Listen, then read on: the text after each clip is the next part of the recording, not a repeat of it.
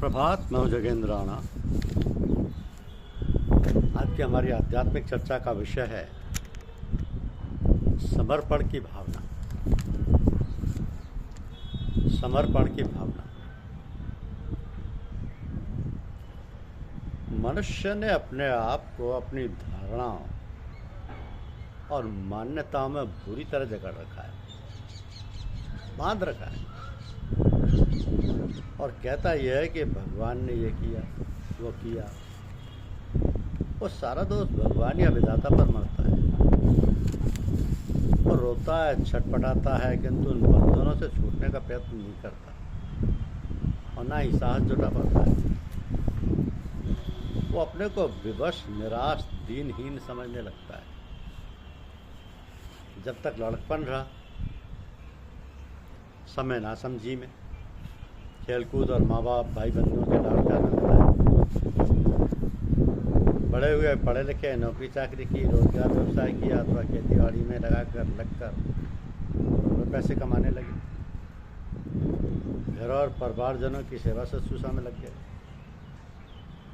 माँ बाप ने विवाह कर दिया। अब जीवन की नई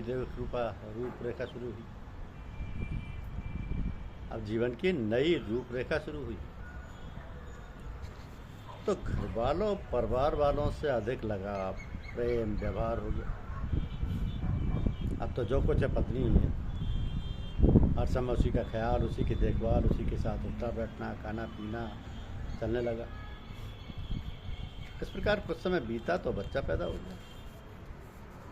अब उसके लालन पालन और खिलाने पिलाने में समय बीतने लगा। अब पत्नी में लगाव तो है, किंतु कुछ बच्चे में बट गया। इस प्रकार जीवन का काफ़ी समय नहीं घर गृहस्थी के चक्करों में, झंझटों में बीत गया। अब शरीर में निर्बलता आने लगी, थकावट पैदा होने लगी। अब उतनी मेहनत और परिश्रम नहीं कर पाते जितनी कि अब तक करते थे। इधर बच्चे भी बड़े हो गए, पढ़ाने लिखाने में समय और धन जुटाना पड़ गया। फिर लड़का लड़की पढ़ लिख कर तैयार हुए तो उनकी नौकरी चाकरी, शादी विवाह का समय आ पहुंचा। तमाम दौड़ धूप करने के बाद, काफ़ी पैसा खर्च करने के बाद विवाह वगैरह किया। अब शरीर और भी टूट गया और बुढ़ापा आ गया। अब तो काम काज, नौकरी चाकरी में भी कष्ट होने लगा। अब यदि नौकरी है तो रिटायरमेंट आ गया और पेंशन मिलने लगी। आराम करने का, सुख सुविधा में रहने का समय आ गया। किंतु फिर भी माया मोह नहीं छूटी। लड़के बच्चों का, पोती पोतियों का, देवते देवतियों का लालन पालन, शादी विवाह के ख्याल आने लगे।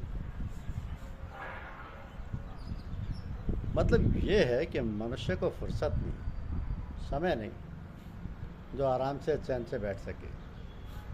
कभी कभी विचार आता है कि भजन पूजन किया जाए, कुछ राम रहीम से नाता जोड़ा जाए, लेकिन फुर्सत कहाँ।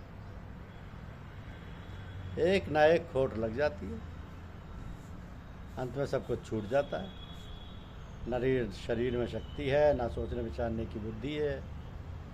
कभी गाते हैं, खुश होते हैं और कभी इतना चिड़चिड़ाते हैं कि घर में किसी से ठीक से बात नहीं करते।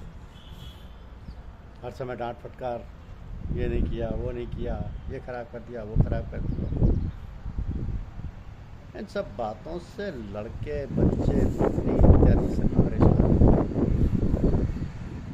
तो यह है संसार, उसका बंधन और व्यवहार। इतना सब कुछ होते हुए भी वो यही चाहता है कि अभी और जिए। घर के लोग भी अब नफरत करने लगे, लड़के बच्चे भी डांटने फटकारने लगे, परंतु फिर उन्हीं में लगे लिपटे रहना और मौत से दूर रहना चाहते हुए दिन काट रहे। यही सब है संसार और इन्हीं सब बातों में जीवन के सुनहरे दिन बीत जाते हैं। तो जीवन का जो लक्ष्य था परमात्मा की प्राप्ति का, उस पर और कुछ भी ध्यान नहीं दिया। स्त्री, पुत्र और धन दौलत, इन्हीं की इच्छा वासना में समस्त जीवन की इतिश्री हो गई और जीवन ना छोड़ने की इच्छा हुए भी मृत्यु के चंगुल में अंत में जाना पड़ता है। तो लक्ष्य की प्राप्ति के लिए कटिबद्ध होकर डट जाओ। जय तो तभी मिलेगी और अवश्य मिलेगी। साहस और भगवान का सहारा, आसरा और भरोसा लेकर चेष्टा करो, सब कार्य पूरा होगा। क्योंकि शिष्य में भगवान को प्राप्त करने की सच्ची जिज्ञासा होनी चाहिए और उसे दीन होकर गुरु के पास जाना चाहिए। उसे ये नहीं सोचना चाहिए कि मैं इतना जानता हूँ, गुरु के पास जाकर मैं कुछ और सीखूँगा। उसमें यह भाव होना चाहिए कि वह अज्ञानी है और कुछ नहीं जानता है। तुम्हें गीता का दृष्टांत याद होगा कि अर्जुन कुरुक्षेत्र के मैदान में शत्रु सेना के सामने खड़ा है, परंतु लड़ना नहीं चाहता। अपने योद्धाचित कर्तव्य का पालन न करने के लिए वह अपने गुरु भगवान कृष्ण को अनेकानेक तर्क देता है, परंतु अंत में अपनी मूर्खता को समझकर कहता है कि कायरता दोष करके उपरत होते हुए स्वभाव वाला और धर्म के विषय में मोहत चित्त हुआ मैं आपसे पूछता हूँ कि जो कुछ निश्चय किया हुआ कल्याणकारक साधन हो वो मेरे लिए कहिए। मैं आपका शिष्य हूँ, इसलिए आपके शरण हुए मेरे को शिक्षा दीजिए। तो यही समर्पण की भावना है। तुम अपनी अज्ञानता को स्वीकार कर लो, तभी तुम अहंकार से मुक्त होगे। तुम एक साफ पात्र लेकर गुरु के पास जाओ। जब तक तुम्हारे मन के पात्र में अहम का धूल गर्दा होगा, उसमें गुरु जो कुछ भी उड़ेलेगा वो बंद हो जाएगा। तुम्हें बहुत कहानी सुना। एक बार एक जिज्ञासु एक गुरु के पास कुछ सीखने गया और ज्ञान प्राप्त करने की कामना व्यक्त की। गुरु ने कहा, मैं तुम्हें ज्ञान अवश्य दूंगा, पहले चाय पी लो। चाय ने पर गुरु ने केतली से चाय कप में डाली, परंतु कप भरने के बाद भी डालता चला गया। शिष्य ने कहा, आप ये क्या कर रहे हैं, कप तो भर गया है, अब आप जो चाय डाल रहे हैं वो कप के बजाय ज़मीन पर गिर रही है। गुरु ने उत्तर दिया, यही तो मैं तुम्हें बताना चाहता हूँ कि तुम्हारा मन अपने ज्ञान से भरा हुआ है। मैं तुम्हें जो भी ज्ञान दूंगा उसे रखने के लिए तुम्हारे मन में स्थान ही नहीं, और वो बाहर बह जाएगा। यदि तुम मुझसे कुछ सीखना चाहते हो तो अपने मन को खाली करके आओ। एक आध्यात्मिक जिज्ञासु को गुरु से कहना चाहिए, मैं बिल्कुल खाली हूँ और आप पवित्र हैं, कृपया अपनी पवित्रता मेरे में उड़ेल दें।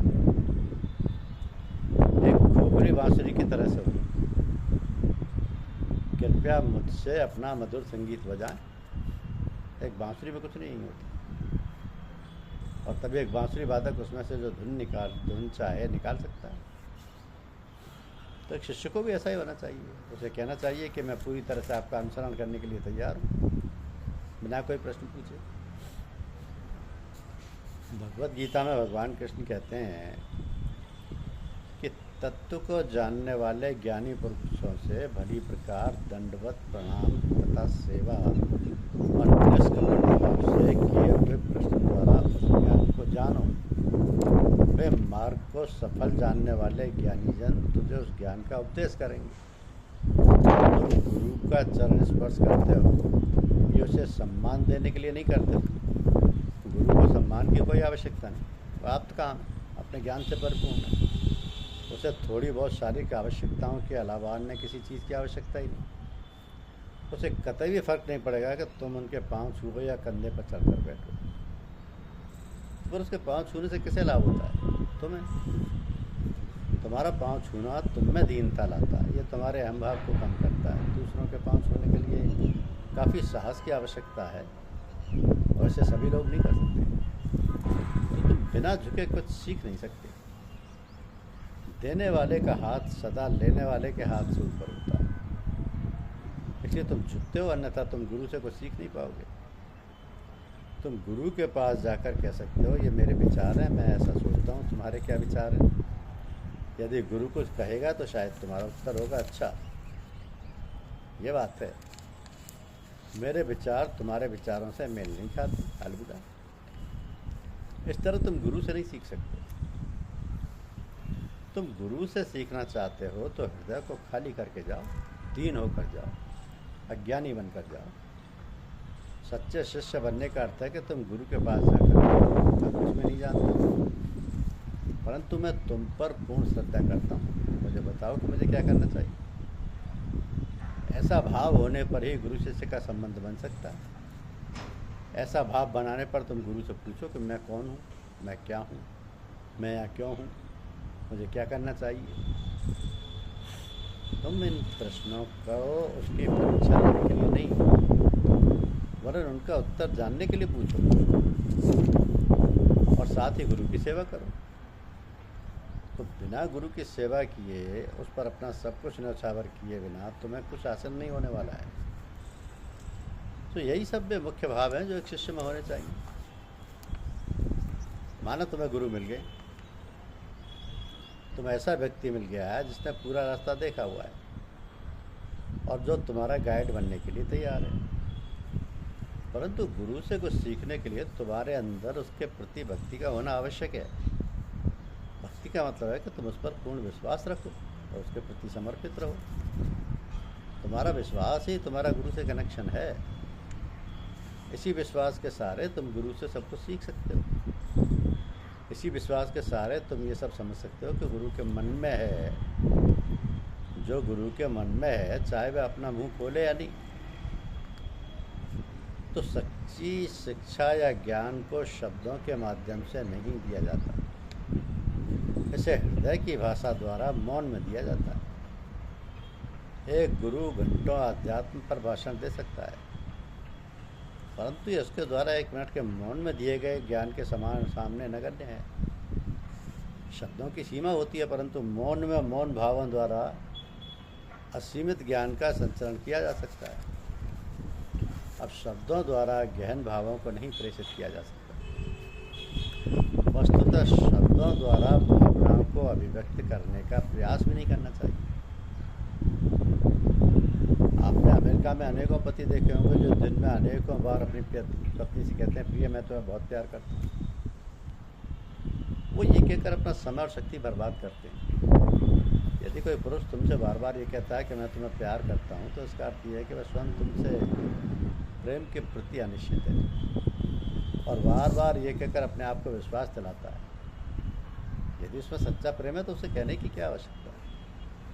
ये तुम अनुभव कर सकते हो कि उसकी दृष्टि में, उसकी बातों में, उसके कार्यकलाप में प्रेम परिलक्षित होगा। प्रेम महसूस करने की चीज़ है, सुनने की नहीं। गुरु और शिष्य का संबंध भी इसी प्रकार का होता है।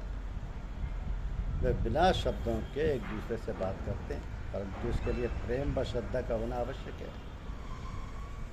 एक बच्चा अपनी माँ की बात कैसे समझता है? प्रेम के द्वारा। चाहे माँ कहीं भी हो, बच्चे को भूख लगने पर उसे पता चल जाता है कि बच्चा भूखा है। भारत में किसान स्त्रियों को देखा है जो घर से दूर खेत में काम कर रही होती है और बच्चा घर में सो रहा होता है। अचानक वो सब काम छोड़कर बच्चे को दूध पिलाने के लिए चल देती है। यदि तुम उसके साथ जाओ तो सच में देखोगे कि बच्चा भूख से रो रहा है। मैंने एक बार एक स्त्री से पूछा कि तुम्हें कैसे पता चलता है कि बच्चा भूखा है? उसने जवाब दिया कि स्वामी जी, मेरे दिल में ख्याल उठता है कि बच्चा भूखा है और मुझे उसे जाकर दूध पिलाना चाहिए। यही प्रेम की भाषा है जो दूरी के बंधनों को भी पार कर जाती है। इसी भाषा के द्वारा गुरु समझ जाता है कि शिष्य क्या चाहता है और शिष्य समझ जाता है कि गुरु क्या चाहता है।